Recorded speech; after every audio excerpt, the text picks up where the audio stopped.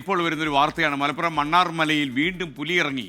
വനംവകുപ്പ് സ്ഥാപിച്ച കൂടിന് സമീപമാണ് പുലി വന്നത്. പുലിയുടെ CCTV ദൃശ്യം 24 കിട്ടി. ആദ്യം നമുക്ക് പുലി വന്ന ദൃശ്യം ഒന്ന് കാണാം.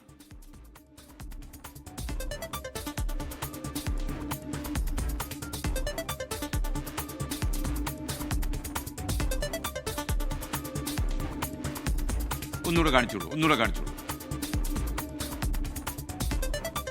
പുലി വരട്ടെ. എനിക്ക് മനസ്സിലായി, തീറ്റ ഒന്നും കിട്ടാത്തതുകൊണ്ട് തന്നെയാണ് ഈ നാട്ടിൽ പുലി ഇറങ്ങുന്നത്. കാട്ടിൽ ഒരു സാധനം ഇല്ലെന്ന് മനസ്സിലായി. മുഖം കണ്ടാലോ എന്തൊരു നൈരാശ്യമാണ് ഫേസിൽ. സമീർ ബിൻകരി മലപ്പുറത്ത് നിന്ന് ടെലിഫോണിൽ വിളിച്ചിരുന്നു. സമീർ, ഈ പുലി ഇറങ്ങിയ ജനവാസ മേഖലയിലുള്ള ആളുകളൊക്കെ തന്നെ വല്ലാത്ത ഭീതിയിലായി കാണുമല്ലോ, എന്താണ് അവസ്ഥ? തീർച്ചയായും എസ്കേൻ, വലിയ ആശങ്ക ജനങ്ങൾക്കുണ്ട് എന്നുള്ളതാണ്. മലപ്പുറം ജില്ലയിലെ പെരിന്തൽമണ്ണക്കടുത്ത് മണ്ണാർമലയിലാണ് ജനവാസ മേഖലയിൽ പുലി ഇറങ്ങിയിരിക്കുന്നത്. വൈകുന്നേരം 7:20 കൂടിയാണ് പുലി എത്തിയിരിക്കുന്നത്. പുലി ഈ വനംവകുപ്പ് സ്ഥാപിച്ചിരിക്കുന്ന കൂടിന് സമീപം എത്തി അല്പനേരം ഈ കൂട്ടിലേക്ക് നോക്കി കൂട്ടിൽ കയറാതെ ഈ പുലി മടങ്ങി പോവുകയായിരുന്നു എന്നുള്ളതാണ്.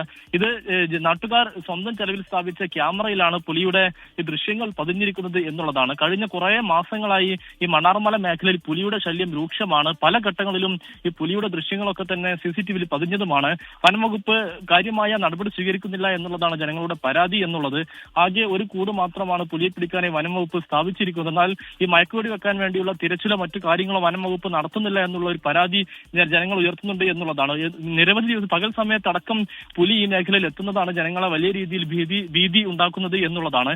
കാരണം കഴിഞ്ഞ 6 മാസത്തിലധികമായി പുലി ഈ ജനവാസ മേഖലയിൽ പല കുറി നടന്നു പോകുന്നുണ്ട്. മാത്രമല്ല ഈ റോഡ് മുറിച്ച് കടക്കുന്നു. ഈ റോഡിലൂടെ പോകുന്ന വാഹനങ്ങളുടെ യാത്രക്കാർ അത് ശ്രദ്ധയിൽപ്പെടുന്നു. അങ്ങനെ വലിയൊരു ഭീതി ഈ മണ്ണാർമല മേഖലയിൽ ഉണ്ട്. അതുകൊണ്ട് തന്നെ വനം വകുപ്പ് കൃത്യമായ നടപടി സ്വീകരിക്കണമെന്നുള്ള ആവശ്യമാണ് നാട്ടുകാർ ഉയർത്തുന്നത്. എസ്കേൻ.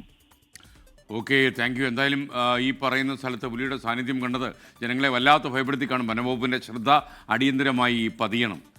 കാട്ടിൽ ഇവർക്ക് ആവശ്യമായ വെള്ളവും ഭക്ഷ്യവസ്തുക്കളും ഒക്കെ നമുക്ക് നൽകാൻ കഴിയുകയാണെങ്കിൽ ഈ കാട്ടിലെ മൃഗങ്ങൾ നാട്ടിലേക്ക് ഇറങ്ങി വന്ന് നമ്മളെക്കാൾ മൃഗീയമാകുന്നത് അവസാനിപ്പിക്കാൻ കഴിയുമെന്നാണ് എൻ്റെ തോന്നൽ.